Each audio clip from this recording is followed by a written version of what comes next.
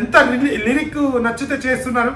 So ఇవన్నీ జీర్ణించుకోలేక అయినా కొంతమంది ట్రోల్ చేస్తున్నారు. సో మీరు ఎంత ట్రోల్ చేస్తే ఎంత చేసినా మేము తగ్గం. ఇంకోటి ఏంటంటే మన బన్యన ఫ్యాన్స్ మీరు కూడా అంటే వాళ్ళు తప్పు చేస్తున్నారని మనం కూడా తప్పు చేయొద్దు. అది కూడా ఉంది. ఎందుకంటే రేపు వాడిని దొరకబట్టినాం అనుకో మన తప్పు వెళ్ళదు. ఇప్పుడు ఆల్రెడీ ముగ్గురిని దొరకబట్టి వాళ్ళతో సారీ చెప్పించినాం కదా.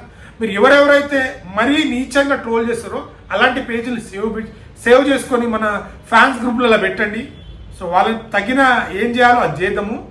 ప్రతి ఒక్కరికి December 6 నాడు మేము ఏందనేది చూపిస్తాం. అంటే ఎంత టార్గెట్ అంటే ఇటు రాజకీయ పరంగా కానీ సినిమా పరంగా కానీ చాలామంది ఫోకస్ చేస్తారు బన్యనని.